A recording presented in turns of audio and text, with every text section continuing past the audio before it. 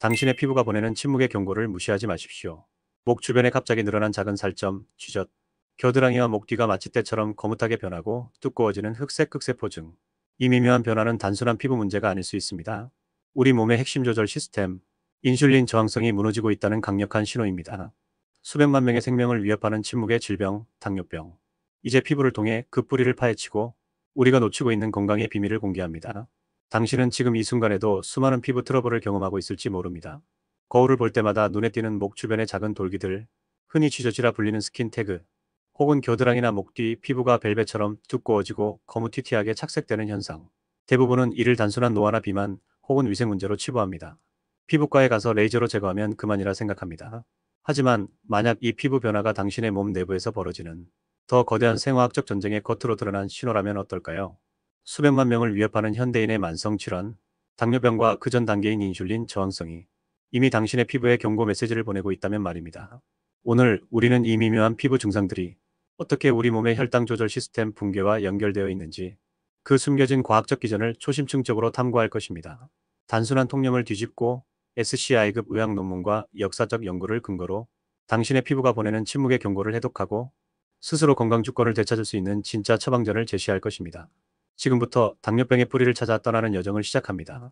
피부 질환과 대사 질환의 연관성이 처음 의학계에 보고된 것은 20세기 초로 거슬러 올라갑니다. 특히 목이나 겨드랑이에 검은색 착색과 두꺼움이 나타나는 흑색 극세포증은 오랫동안 미스터리였습니다. 단순한 피부암의 한 형태로 오인되기도 했으나 1970년대와 80년대를 거치며 중요한 사실이 밝혀집니다. 1980년대의 획기적인 연구는 흑색 극세포증을 가진 환자들이 심각한 인슐린 저항성을 가지고 있다는 것을 명확하게 입증했습니다. 이 연구들은 AN을 단순한 피부 문제가 아닌 인슐린 대사 이상을 반영하는 피부 마커로 규정지었습니다. 이는 의학계에 큰 충격을 주었고, 비로소 인슐린 저항성이라는 거대한 개념이 피부과 영역으로 확장되는 결정적인 전환점이 되었습니다. 피부는 더 이상 독립된 기관이 아니라 호르몬 불균형을 가장 먼저 시각적으로 드러내는 스크린임이 증명된 것입니다. 이와 함께 흔히 쥐젖이라 불리는 스킨 태그 역시 단순한 섬유연성 사마귀가 아님이 드러났습니다. 다수의 연구에서 쥐젖이 많은 사람일수록 공복 혈당, 인슐린 수치, 중성지방 수치가 유의미하게 높았으며, 이는 쥐젖의 발생이 인슐린 저항성의 임상적 징후라는 강력한 근거가 되었습니다. 이 두 가지 피부 증상은 이제 당뇨병 전 단계, 즉 인슐린 저항성 증후군의 가장 흔하고 명백한 외적 징후로 인식됩니다. 쥐젖과 흑색 극세포증이 인슐린 저항성의 신호라는 사실이 정립된 이후 의학계는 이 피부 마커들의 진단적 가치를 심도 있게 분석했습니다. 쥐젖의 연구, 2010년대 이후의 여러 메타 분석에 따르면 쥐젖을 가진 환자의 당뇨병 유병률과 인슐린 저항성 지수가 그렇지 않은 대조군에 비해 2배 이상 높게 나타난다는 강력한 통계적 증거들이 쌓였습니다. 일부 연구에서는 쥐젖이 당뇨병 전 단계를 진단하는 데 있어 기존의 비만 지표보다 더 민감한 지표일 수 있다는 주장까지 제기되었습니다. 흑색 극세포증의 심층 분석, 흑색 극세포증은 특이성이 매우 높아 이 증상을 가진 소아 및 성인 환자의 80% 이상이 비만, 다랑성 난소 증후군, 당뇨병 등의 대사 이상을 동반하는 것으로 확인되었습니다. 즉, 이 피부 증상은 인슐린 저항성의 확실한 외적 증명서로 간주됩니다. 하지만 여기서 중요한 반론도 존재합니다. 일부 사람들은 인슐린 저항성이 없더라도 쥐젖을 가질 수 있으며, 흑색 극세포증 역시 드물게는 암과 같은 다른 질환이나 약물 부작용으로 인해 발생할 수 있습니다. 따라서 이 피부 변화 자체가 당뇨병을 확진하는 것은 아닙니다. 핵심은 피부의 변화가 인슐린 저항성이 생기고 있을 가능성을 극도로 높이는 위험 신호라는 것입니다.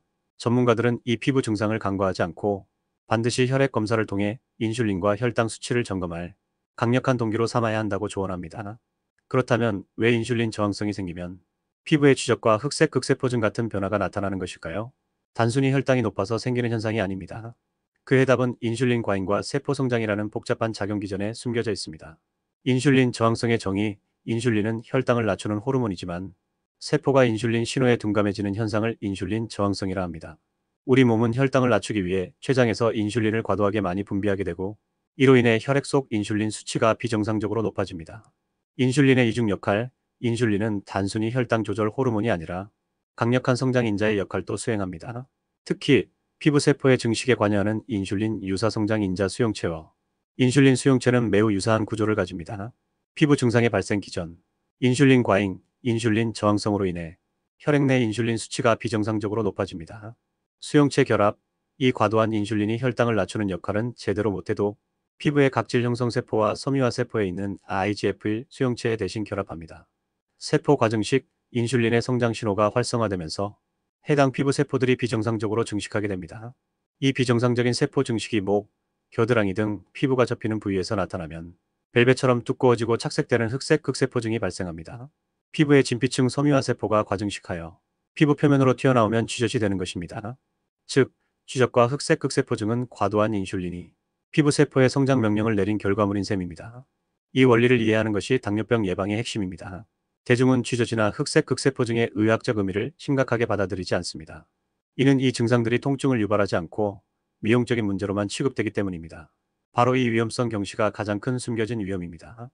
쥐젖이나 검은 착색을 레이저나 미백 크림으로 제거하는 것은 증상을 가리는 임시 방편일 뿐 근본적인 원인인 인슐린 저항성은 전혀 해결되지 않습니다. 마치 화재 경보기가 울리는데 경보기만 끄는 것과 같습니다. 이들은 인슐린 저항성이 개선되지 않는 한 언제든 재발할 수 있습니다. 간과되는 인슐린 저항성 합병증, 인슐린 저항성은 당뇨병뿐만 아니라 고혈압, 이상지질혈증, 비알코올성 지방간, 심지어 특정 암의 위험까지 높이는 대사증후군의 핵심입니다. 피부의 신호를 무시하고 방치하는 것은 이 모든 합병증을 향한 카운트다운을 시작하는 것과 같습니다. 미용 및 건강기능식품 산업은 이 미묘한 증상들을 노화 방지, 피부 독소 제거와 같은 모호한 문구로 포장하여 근본적인 대사 해결책이 아닌 일회성 제품 판매를 촉진합니다. 소비자들은 피부 문제 해결에만 집중할 뿐 식단과 생활 습관이라는 진짜 문제의 원인을 놓치게 됩니다. 우리는 이 상업적 마케팅의 겉옷을 벗겨내고 과학적 근거에 기반한 진짜 정보를 구분할 줄 알아야 합니다. 피부가 보내는 경고를 확인했다면 이제는 인슐린 저항성이라는 뿌리를 제거해야 할 때입니다. 다행히도 인슐린 저항성은 약물이 아닌 생활 습관의 변화로 극적으로 개선될 수 있는 질환입니다. 이것이 바로 당신의 건강 주권을 되찾아줄 진짜 처방전입니다. 음식이라는 이름의 진짜 약, 탄수화물 재구성. 인슐린 저항성을 개선하는 핵심은 혈당 스파이크를 피하는 것입니다. 정제 탄수화물 제한, 흰 쌀밥, 밀가루, 설탕 등은 인슐린을 폭발적으로 분비하게 만듭니다. 이를 통곡물, 콩류, 채소와 같은 섬유질이 풍부한 탄수화물로 대체해야 합니다. 섬유질은 혈당 흡수 속도를 늦춰 인슐린 과잉 분비를 막아줍니다.